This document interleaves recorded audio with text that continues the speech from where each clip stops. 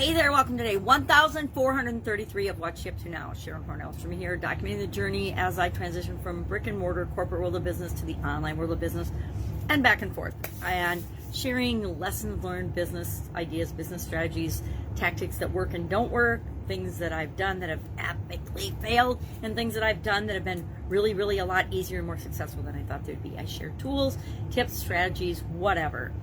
Well, today I'm talking about, I've done an annual challenge. I've done them for years, but over the last 4 years, I've specifically done an online one topic related challenge. And I used a little set of journal books, which I already put away, which I don't know why I did because I talked about it extensively in the new challenge this year.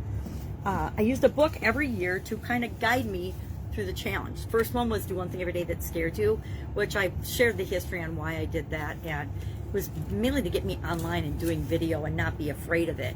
And then after I did that, I started that in 2018. I did it for a little while, and then I started doing, as part of, I was getting ready to move, and after my divorce, getting ready to move, and that's a big project when you've been in a house for 25 years. It's a lot of stuff. Raised my family in this big house and want to move out, simplify, downsize, etc. And so in 2020, I wanted to be happy. In 2019, I wanted to be happier, so I did one thing every day that makes me happy. Then I got the little book, Do One Thing Every Day, Fun Thing Every Day, which I did through 2020 in the pandemic with my granddaughter, who was 4, then 5. She's now 6. And then in 2021, we just finished yesterday, Do One Thing Every Day That Centers You, which was a book to get to know ourselves better and what is important to us, what our priorities are, and to center ourselves. And I want to continue on that theme a little bit. Now, sold the cabin last year, so we didn't go up to the cabin, and I didn't go to the Christmas store, and I didn't get another journal book. Could I have gone online and found another journal book and done another year of it? Yes. But I decided in about August of this year that I didn't want to do that. I wanted to do something on my own. So I bounced around a bunch of ideas, and one thing I wanted to do was, I'm doing a hypnosis or a meditation or an affirmation type of exercise every day, and I'm using Victoria Gallagher's Hip Link because she's got over 500 different meditations on there in all the different areas and aspects of our life. She categorizes them differently, but the same ones that I teach in the Get Up and Go challenge. So I thought, okay, I'm going to use that and do a meditation every day or a hypnosis session every day, and I'm doing that. I'm going to continue to do that through 2022, but I'm like, I don't really want that to be the sole focus of what we're doing in terms of showing up every day. And so I decided, and I just decided this morning right before I started talking, that this year's 365-day challenge will be called the Be You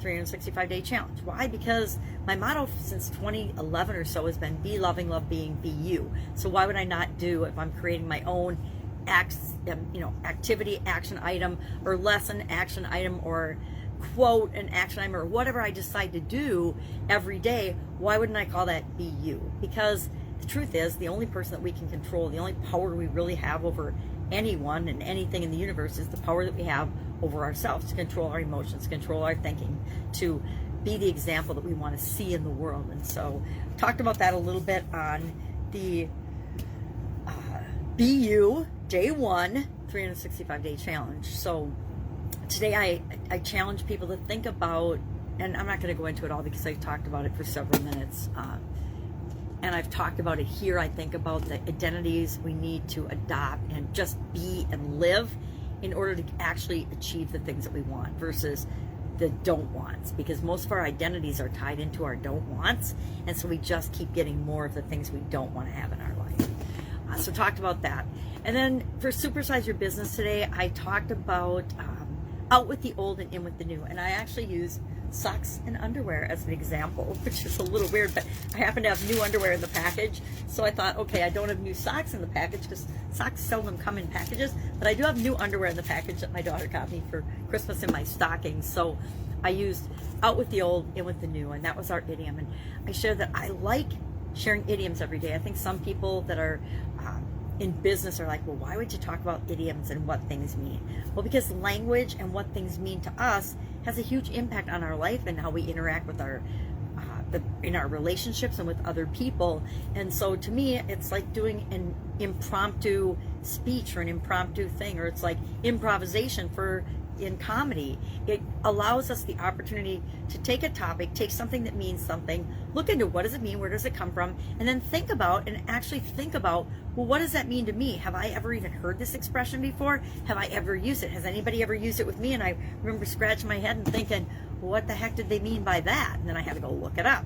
Well, this is a way to cover a lot of those. And I think last year I started doing more themed things. So this month I think we'll do new beginnings, out with the old, in with the new, things that have to do with new in the new year, and habits, and commitment, and sticking to things like that. I think those are the topics we'll talk about for the month of January 2022. And then we'll see how January 2022 feels, and we'll decide if we're going to do the Get Up and Go Challenge in February or not. I haven't decided. I might actually roll the Get Up and Go Challenge into the BU 365-day challenge. I thought about doing a 365-day Get Up and Go challenge, and I thought, that's not what I want to do next with that. I did consider the idea, but I'm like, that's not the direction I'm feeling moved to go in. I really want to continue to personally grow and develop in the area of becoming the example I want to be in the world. And so that's why I picked that for this year's 365-day challenge.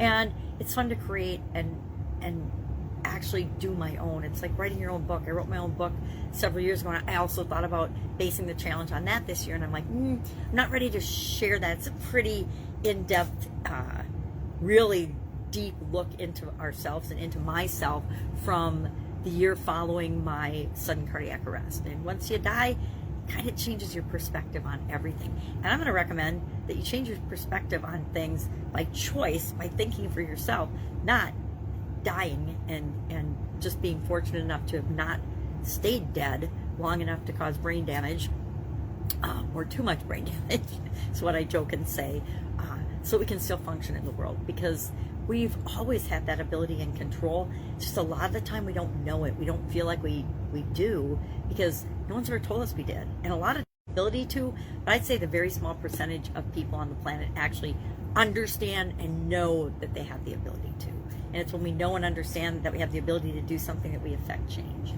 So that's what I'm working on. It's New Year's Day, so I'm having a family day, hanging out with my family and relaxing. I did not go out last night. Hung out with my granddaughter, which was awesome.